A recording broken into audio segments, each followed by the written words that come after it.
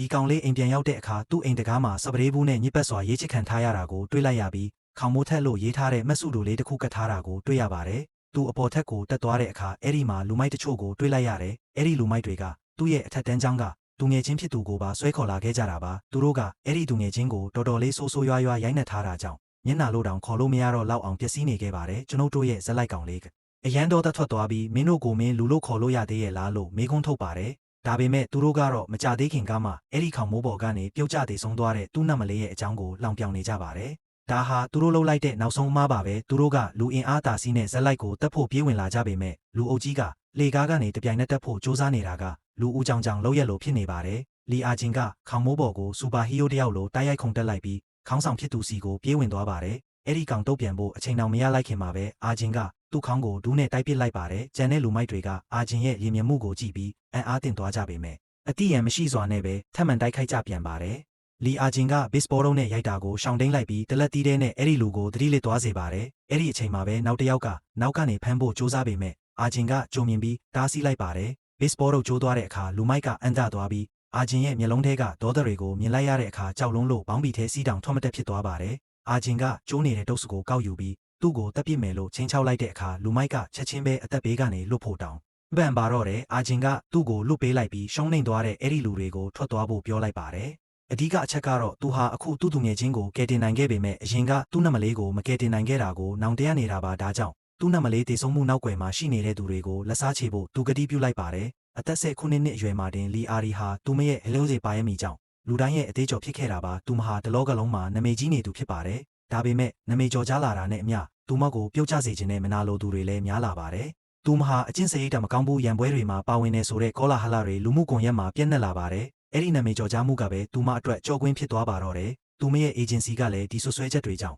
သူမကိုထုတ်ပယ်လိုက်ပါတယ်။အချိန်တိုအတွင်းမှာအလောက်ကိုင်တွေပျက်စီးသွားတာကြောင့်သူမအယမ်းဝန်းနေခဲ့ရပါတယ်။ဒါဟာအစပဲရှိပါသေးတယ်။သူမရဲ့ပတ်ဝန်းကျင်ကမိတောက်တွေကသူမရဲ့မိသားစုကိုပါကူးဆက်လာပါတယ်။သူမရဲ့အကိုနဲ့မိခင်ဟာဒီမတရားမှုရဲ့တားကောင်တွေဖြစ်လာခဲ့ပါတယ်။ကျောင်းမှာလီအာဂျင်ဟာသူ့နတ်မကြောင်အမြဲတမ်းအနိုင်ကျင့်ခံရပြီးအနှိမ်ခံခဲ့ရပါတယ်အထူးသဖြင့်ကွတ်တိုင်းဟီဆိုတဲ့လူမိုက်ကသူ့ကိုအစိုးဆုံးအနိုင်ကျင့်သူပါအာဂျင်ဟာသူ့နတ်မအပေါ်မဟုတ်မမှန်ဆွဆွဲတဲ့သူတွေကိုအယမ်းမုန်းပါတယ်သူဟာအနိုင်ကျင့်မှုကိုအစွမ်းကုန်တိုက်ဖြတ်ခဲ့ပေမဲ့အတွင်းစိတ်ထဲမှာတော့သူ့နတ်မလိုပဲနုနယ်သူတယောက်ပါလောကကြီးရဲ့မတရားမှုနဲ့ရက်စက်မှုတွေကြားမှာသူ့နတ်မလေးဟာတနေ့ထက်တနေ့ပိုပြီးစိတ်တက်ကြလာပါတယ်သူမဟာမိမိကိုပိတ်လောင်ထားပြီးလူမှုကွန်ရက်ပေါ်ကအမုန်းတရားတွေကိုသိခံနေခဲ့ပါတယ်နောက်ဆုံးမှာတော့သူမရဲ့စိတ်ဓာတ်တွေပြိုလဲသွားပါတော့တယ်သူမကြောင့်မိသားစုတွေဒုက္ခရောက်နေတာကိုထပ်မကြည့်နိုင်တော့တာကြောင့်အင်ယာဝင်းအဆောက်အုံပေါ်တက်သွားပြီးသူမကိုသူမအဆုံးစီရင်ဖို့ဆုံးဖြတ်လိုက်ပါတယ်လူတွေကသူမကိုကူညီမဲ့အစားဗီဒီယိုရိုက်ဖို့စုဝေးလာကြပါတယ်အာဂျင်ဟာအဲဆယ်ထဲရင်ကိုမြင်လိုက်တဲ့အခါသူ့နှမကိုကယ်ဖို့အိမ်ကိုအပြေးလွှားပြန်လာခဲ့ပါတယ်ဒါပေမဲ့ရက်ဆက်တဲ့လူအုပ်ကြီးကအာဂျင်ကိုအဆောက်အုံထဲမဝင်နိုင်အောင်လမ်းပိတ်ထားကြပါတယ်အာဂျင်ကသူ့ကိုလမ်းပိတ်တဲ့သူကိုရိုက်နှက်ပြီး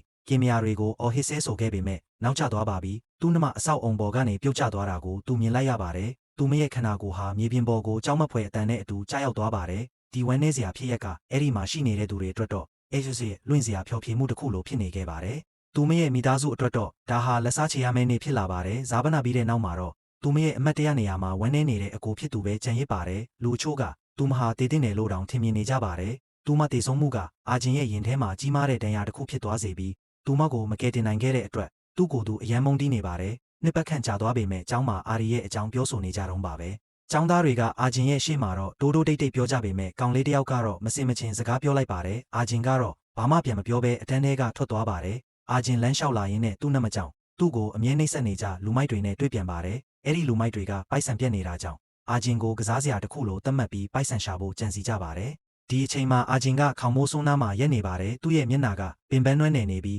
သူ့နှမတည်ဆုံးမှုကိုလက်မခံနိုင်သေးတာတိတာနေပါတယ်သူ့စိတ်ထဲမှာငါသာနေနေစောစောရောက်ခဲ့ရင်ကယ်နိုင်မလားဆိုတဲ့အတွေးတွေနဲ့ပြည့်နေနေပါတယ်အဲ့ဒီအတွေးတွေကိုလူမိုက်တွေကဖျော်ရည်ဘူးခွန်းနဲ့ပြစ်ပေါက်ပြီးဖျက်ဆီးလိုက်ပါတယ်မင်ကြီးကဗီဒီယိုရိုက်နေပြီးဂီတိုင်းကအာဂျင်ကိုအနိုင်ကျင့်ဖို့လုပ်နေပါတယ်တကယ်တော့အာဂျင်ကအဲ့ဒီလူမိုက်တွေကိုလုံးဝဂရုမစိုက်ပဲသူ့ရဲ့ဝမ်းနည်းမှုတွေထဲမှာပဲနင်မုန်းနေတာပါဂီတိုင်းကအာဂျင်ကိုရန်ဆက်တဲ့အနေနဲ့ပါရိုက်လိုက်ပါတယ်အာဂျင်ကဘာမှတုံ့ပြန်မှုမရှိတာကြောင့်နောက်ထပ်ခပ်ပြင်းပြင်းတစ်ချက်ထည့်ရိုက်လိုက်ပါတယ်ဒါပေမဲ့အဲ့ဒီနာကျင်စရာကောင်းတဲ့ပါရိုက်ချက်ကအောင်အာဂျင်ကိုသူ့ရဲ့အတွေးကဘာထဲကနေနိုးထလာအောင်မလုပ်နိုင်ခဲ့ပါဘူးဘာတော့ပြန်မှုမှမရှိတဲ့အခါလူမိုက်ကဒေါသထွက်သွားပြီးအာဂျင်ရဲ့ဘိုက်ကိုလက်သီးနဲ့ထိုးလိုက်ပါတယ်အဲ့ဒီနောက်အာဂျင်ရဲ့မျက်နှာကိုလည်းအဆက်မပြတ်ထိုးချိတ်ပါတော့တယ်သူ့ကိုအယုတ်တစ်ခုလိုသဘောထားပြီးရိုက်နှက်နေတာပါကျွန်ုပ်တို့ရဲ့ဇက်လိုက်ကတော့ဘာတော့ပြန်မှုမှမရှိပဲအရိုက်အနှက်တွေကိုခံနေပါတယ်နာကျင်မှုတောင်မရှိတော့သလိုပါပဲသူ့လိုအားနေတဲ့သူမျိုးဟာအသက်ရှင်ဖို့ဒါမှမဟုတ် လူဖြစ်လာဖို့တောင်မထိုက်တန်ဘူးလို့အာဂျင်ရဲ့စိတ်ပြက်နေတဲ့စိတ်ဆုံကတွေးနေမိပါတယ်အဲ့ဒီအချိန်မှာစံပင်နီနဲ့ကောင်ကဒီတိုင်းနဲ့ပွဲကိုဗီဒီယိုမှတ်တမ်းတင်နေပါတယ်ဗီဒီယိုအရှိအတော်အသင့်ရပြီဆိုတာနဲ့သူရိုက်ကူးတာကိုရက်လိုက်ပါတယ်ဒီဗီဒီယိုလေးမိနစ်အနည်းငယ်ကပဲအွန်လိုင်းမှာပြန့်နှံ့သွားပြီးပိုက်ဆံအများကြီးရလိမ့်မယ်လို့သူယုံကြည်နေပါတယ်ဂီတိုင်းကတော့ပျော်နေတာကြောင့်ဆက်ပြီးရိုက်နှက်ချင်သေးပေမဲ့စံပင်နီနဲ့ခေါင်းဆောင်ကတော့ဒီဘက်ခေတ်မှာဘယ်သူမှဗီဒီယိုအရှိကြီးတွေမကြည့်တော့ဘူးဆိုပြီးတားလိုက်ပါတယ်ဂီတိုင်းဟာလက်လျှော့လိုက်ရပေမဲ့မထွက်သွားခင်အာဂျင်ရဲ့ဘိုက်ကိုပြင်းထန်တဲ့ကန်ချက်တစ်ချက်နဲ့ကန်ခဲ့ပါသေးတယ်အဲ့ဒီကန်ချက်ကြောင့်အာဂျင်နောက်ကိုလွင့်ထွက်သွားပါတယ်သူတို့ဟာစိတ်တက်ပြိုလဲနေတဲ့အာဂျင်ကိုတယောက်တည်းထားရိတ်ခဲ့ပြီးထွက်သွားကြပါတယ်ခဏအကြာမှာမင်းကြီးကပိုက်ဆံအများကြီးရဖို့မျှော်လင့်ချက်နဲ့ဒီဗီဒီယိုကိုသူ့ရဲ့အထက်လူကြီးစီပို့လိုက်ပါတယ်လူမိုက်တွေဟာရလာမဲ့ပိုက်ဆံနဲ့ဘာလုပ်ရမလဲဆိုပြီးစိတ်လှုပ်ရှားနေကြပါတယ်ဂီတိုင်းကတော့အဲ့ဒီပိုက်ဆံတွေကိုမိန်းကလေးတွေနဲ့ပါတီပွဲတွေမှာသုံးဖို့ဆုံးဖြတ်ထားပါတယ်ဒါပေမဲ့မင်းကြီးကသူ့ခေါင်းကိုရိုက်လိုက်တဲ့အခါသူ့ရဲ့မျှော်လင့်ချက်တွေပျက်စီးသွားပါတယ်အထက်လူကြီးကလူမိုက်လိုကျင့်ကြံနေတဲ့၍ဘာမှပေးမှာမဟုတ်ဘူးလို့ပြောလိုက်တာကြောင့်ပါဂီတိုင်းဟာဒေါသကိုမျိုးသိပ်ပြီးလူကောင်းတစ်ယောက်ဖြစ်ပါမယ်လို့ကတိပေးလိုက်ရပါတယ်အဲ့ဒီနောက်မြင်ကွင်းကကျောင်းလန်းလျှောက်လန်းမှာရှောက်လာတဲ့လာပါတဲ့မိန်းကလေးတဲ့ရောက်စီရောက်သွားပါတယ်လူတိုင်းရဲ့အကြည့်တွေကသူမရဲ့ကိုလုံးကိုပေါက်စီမှာပဲရှိနေပါတယ်သူမဟာမင်းကြီးတို့လူစုနာကနေဖြတ်ပြီးခေါမိုးထက်စီတက်သွားပါတယ်သူမဟာတော်တော်လေးဆွဲဆောင်မှုရှိတာကြောင့်သူတို့အန်တနေကြပါတယ်မင်းကြီးကဘေကုံလို့ခေါ်တဲ့ဝိုးအကောင်ကိုအဲ့ဒီမိန်းကလေးအကြောင်းအကုန်စုံစမ်းဖို့ခိုင်းလိုက်ပါတယ်တစ်ဖက်မှာတော့ဒဏ်ရာတွေနဲ့လဲနေတဲ့ကျွန်ုပ်တို့ရဲ့ဇက်လိုက်စီကိုအဲ့ဒီလာပါတဲ့မိန်းကလေးရောက်လာပြီးသူ့နာမည်ကိုခေါ်လိုက်ပါတယ်သူမကအာဂျင်ရဲ့တနာစရာအခြေအနေကိုကြည့်ပြီးစိတ်မကောင်းဖြစ်နေပါတယ်မင်းကဘယ်သူလဲလို့အာဂျင်ကမေးတဲ့အခါမိန်းကလေးကပို့ပြီးဒေါသထွက်သွားပါတယ်သူမဘယ်သူလဲဆိုတာထက်သူ့နမဘဝကိုဖျက်ဆီးခဲ့တဲ့သူတွေရှေ့မှာဘာလို့ဒီလောက်တောင်အရှုံးပေးနေရတာလဲဆိုတာကိုသူမကပို့ပြီးအရေးဆိုင်နေပါတယ်သူမရဲ့စကားလုံးတွေကအာဂျင်ကိုပြန်ပြီးနိုးကြားလာစေပါတယ်တစ်ဖက်မှာတော့မင်းကြီးဟာအကြောင်းရဲ့ထောင်းတနေရာမှာသူ့အထက်လူကြီးကိုအာဂျင်ရဲ့ဗီဒီယိုအကြောင်းမေးမြန်းနေပါတယ်ဒါပေမဲ့သူမျောလင့်ထားတာနဲ့စန့်ကျင်ဘက်ဖြစ်ပြီးအထက်လူကြီးကဒေါသတက်ကြီးနဲ့အော်ဟစ်ပါတော့တယ်လူတယောက်ကိုရိုက်နေတာမြင်ရတာကမထူးဆန်းတော့ဘူးဒီဗီဒီယိုကသတင်းမဖြစ်နိုင်ဘူးလို့ပြောပါတယ်မင်းကြီးကသူဒီဗီဒီယိုရိုက်ဖို့အများကြီးစူးစမ်းခဲ့ရတာကြောင့်ပိုက်ဆံနည်းနည်းလောက်ပေးဖို့တောင်းပန်ပေမဲ့ရက်ဆက်တဲ့အထက်လူကြီးကတော့တကယ်ပိုက်ဆံလိုချင်ရင်တင်ရကျိုးနဲ့မဲ့အရာတစ်ခုခုကိုရိုက်ခဲ့လို့ပဲပြန်ပြောပါတယ်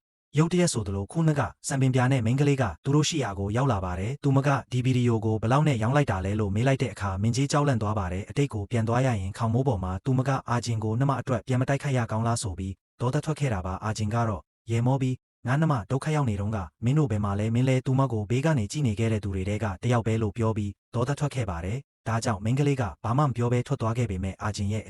အေနေကိုကြည့်ပြီးတခုခုလုပ်ဖို့ဆုံးဖြတ်ထားပါတယ်လီအာရီဖြစ်သွားခဲ့တယ်လို့မျိုးအာဂျင်ကိုလည်းအဖြစ်မခံနိုင်ဘူးလို့သူမယုံကြည်ထားပါတယ်အာဂျင်ဟာသူ့နှမတေဆုံးတဲ့နေ့ကဗီဒီယိုရိုက်နေသူတွေကိုပြန်တိုက်ခိုက်ခဲ့တဲ့တတိရှိတဲ့ကောင်လေးဆိုတာသူမသိပါတယ်အာဂျင်ကအားနဲလို့အနိုင်ကျင့်ခံနေရတာမဟုတ်ပဲတစုံတယောက်ကတမင်တကာသူ့ဘဝကိုဖျက်ဆီးနေတာလို့သူမယူဆပါတယ်သူမတန်တရားအရှိဆုံးကစံပင်နီနဲ့မင်းကြီးပါတာကြောင့်သူမကမင်းကြီးနောက်ကိုလိုက်သွားပြီးသူ့ကိုချင်းချောက်လိုက်ပါတယ်သူမကမင်းကြီးရဲ့လေဘင်းကိုကင်ပြီးစိတ်သက်ပိုင်းဆိုင်ရာဖိအားပေးပါတယ်မင်းကြီးကကြောက်သွားပြီးဗီဒီယိုဈေးနှုန်းကိုပြောပြဖို့သဘောတူလိုက်ပါတယ်သူမကဘလောက်လဲလို့မေးတဲ့အခါမင်းကြီးက900လို့ဖြေပါတယ်မင်းကလေးကသူမရဲ့ဆွဲဆောင်မှုကိုတုံးပြီးဈေးစစ်တဲ့အခါမင်းကြီးကသူမရဲ့ကိုလုံးကိုကြည့်ပြီးဈေးကို90အထိရှော့ပေးလိုက်ပါတယ်ဒါပေမဲ့အဲ့ဒီအစားသူ့ကိုထိခွင့်ပေးဖို့သူကတောင်းဆိုပါတယ်ဒါပေမဲ့မင်းကလေးကပြန်ပြောမဲ့အစားမိုက်တိုက်ဆန်လို့ပြင်းထန်တဲ့လက်သီးတစ်ချက်နဲ့မင်းကြီးရဲ့မျက်နှာကိုထိုးချလိုက်ပါတယ်မင်းကြီးသတိလစ်သွားတဲ့အခါသူမကသူ့ဖုန်းကိုယူလိုက်ပြီးကူညီပေးတာကျေးဇူးပဲလို့ပြောခဲ့ပါတယ်အတန်းထဲမှာတော့ဂီတိုင်းကမင်းကြီးပြောင်းနေတာကိုသတိထားမိပြီးမင်းမျက်နေပါတယ်မင်းကြီးဆေးလိတ်သွားတော့တာဖြစ်မယ်လို့